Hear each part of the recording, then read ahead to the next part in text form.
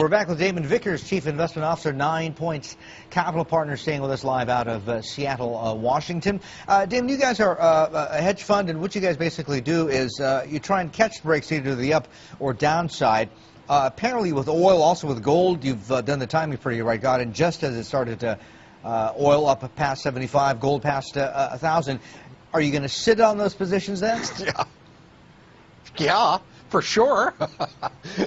Yeah, this is, I mean, you can think a lot about it, and you can, one day and have all these vacillations psychologically, but, this is the time to, to play ping pong, to, pick up, get involved in model making or something ridiculous. I mean, this is the time where you make money, where the trend develops. And so there's really not a lot to do with it. I mean, oil looks higher, gold looks higher, currencies look weaker, all for the reasons that we talked about before. I mean, you've got huge wage disparities. I don't know how that inevitably resolves itself.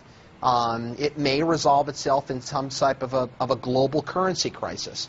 And then if the global currency crisis unfolds, then inevitably you get, I guess, an alignment under a global world government, a new global currency, and a new world order. So we may be moving towards that. Talk to us a little bit more about this currency crisis you see erupting. What does that assume about what's going to happen to the dollar?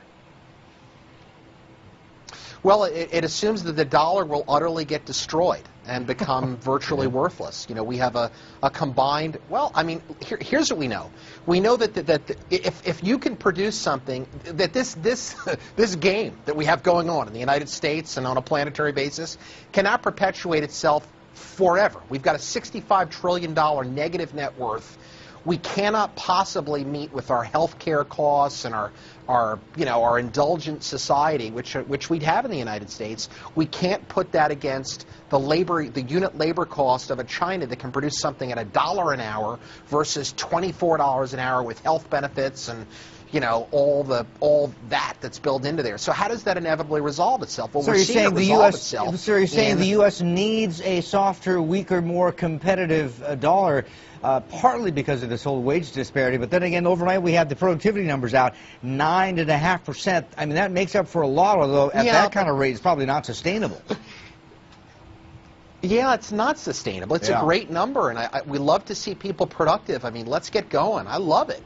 But how do you create a global marketplace so that everybody benefits, so that the standard of livings are not so great, so that you don't have this mad rush to deplete the world's resources, which is kind of what we have now? What are the initiatives that have to be carried through? And the Western economies, the United States, Europe, Canada, we don't have resources. Neither does a lot of Asia, to be quite frank. So I don't know what they're going to do with all those reserve dollars. But we see that the currencies that have resources, the Brazils, the Canadas, where else? I mean, Australia, that their currencies are doing well. Their stock markets have done the best year to date because they have stuff. They've got resources. They export real things, and the United States exports promises and pretty paper. All right. Listen, Damon, we got to go. You have yourself a great weekend. Damon Vickers, Chief Investment Officer, 9 Points Capital Partners, live out of Seattle.